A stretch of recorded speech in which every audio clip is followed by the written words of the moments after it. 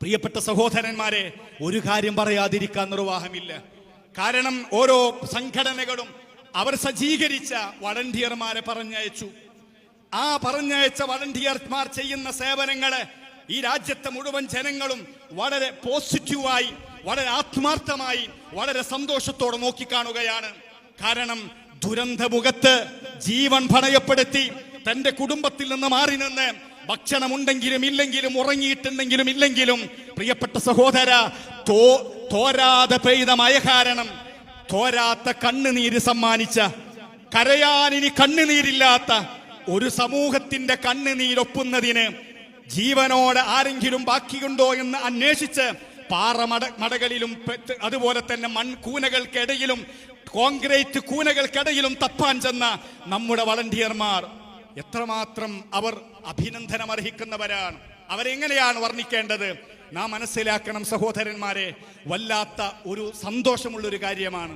ഒരാഴ്ച മുമ്പ് കേരളം മുഴുവനും കർണാടകയിലെ മണ്ണിനടിയിൽപ്പെട്ട അർജുനന് വേണ്ടി മതം ജാതി നോക്കാതെ കേടുകയായിരുന്നെങ്കിൽ അതിലേറെ വലിയ ദുരന്തമുഖത്തേക്കാണ് ശേഷം നമ്മൾ ചെന്നത്. ഒരു കാര്യം പറയുകയാണ്, ഈ തോരാത്ത മഴക്കെടുതിയിൽ കണ്ണുനീര് തോരാത്ത ദുരിതബാധിതർക്ക് വേണ്ടി അധ്വാനിക്കുന്ന ഈ നാട്ടിലെ ചെറുപ്പക്കാരെ അപമാനിക്കുന്ന, ഇതിലേറെ വലിയ ദുരന്തമായി മാറുന്ന ചില ആളുകളുണ്ട് എന്ന് പറയാതിരിക്കാൻ നിർവാഹമില്ല. സങ്കടകരമാണ്. വേദനയുണ്ട് ദുരന്തത്തിൽ. പാവപ്പെട്ട മനുഷ്യരുടെ വേദനകൾ നമുക്ക് താങ്ങാൻ കഴിയില്ല. പക്ഷെ അതിലേറെ വലിയ വേദന ഈ നാട്ടിലെ മുഴുവൻ ജനങ്ങൾക്കും സമ്മാനിക്കുന്ന ചില ദുരന്തങ്ങളായ പിറവികൾ ഈ രാജ്യത്തുണ്ടായി എന്നത് എത്ര സങ്കടകരമാണ്.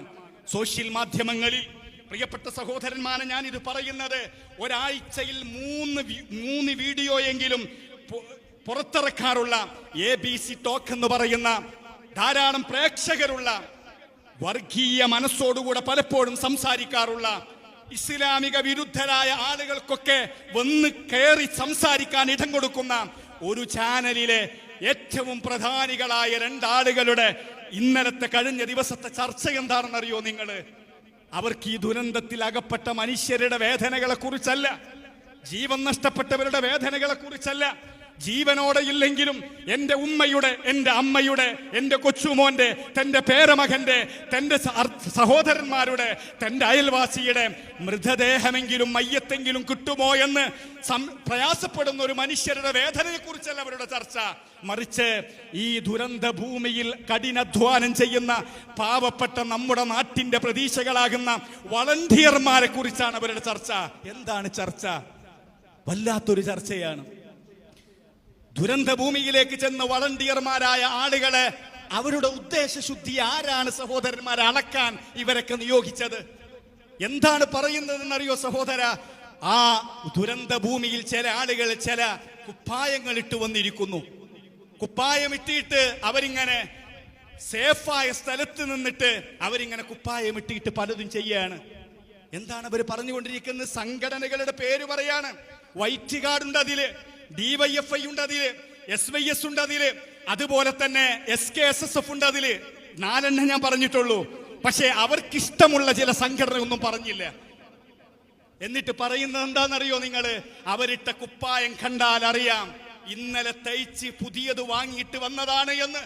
നോക്കൂ നിങ്ങൾ, അവർ നിൽക്കുന്നത് ദുരന്തമുഖത്തല്ല, ഹോസ്പിറ്റൽ പരിസരത്തും അതുപോലെ തന്നെ സേഫായ സ്ഥലത്തു നിന്ന് കുപ്പായിട്ട് ഇങ്ങനെ നടക്കുകയാണ് അവർ. ഇത്രമാത്രം നീചരായ, നികൃഷ്ടരായ, മൃഗങ്ങൾ പോലും നാണിച്ചു പോകുന്ന, മനുഷ്യത്വമില്ലാത്ത, വർഗീയം വിസർജിച്ചു കൊണ്ടിരിക്കുന്ന ആളുകൾ നമ്മുടെ നാട്ടിലുണ്ടല്ലോ എന്നത് വലിയാത്ത സങ്കടമാണ്.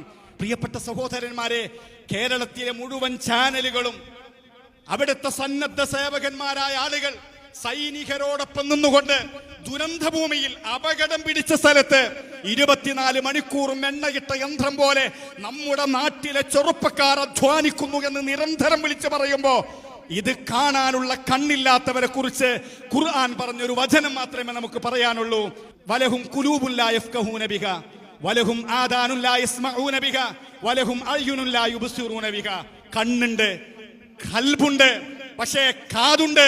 പക്ഷേ കേൾക്കേണ്ടത് കേൾക്കാനും കാണേണ്ടത് കാണാനും അതുപോലെ തന്നെ ചിന്തിക്കേണ്ടത് ചിന്തിക്കാനും ഭാഗ്യം ലഭിച്ചാത്ത നിർഭാഗ്യവന്മാരുടെ കൂട്ടത്തിൽ അവരെ പെടുത്താൻ പറ്റുള്ളൂ. ഈ സംഘടനകളുടെ ഒക്കെ പറയുന്നത് വൈറ്റ് കാർഡ് എന്ന പേരിൽ അവർ ചോപ്പ് കുപ്പായം ഇട്ടുകണെന്ന് വരെ പറയുകയാണ്.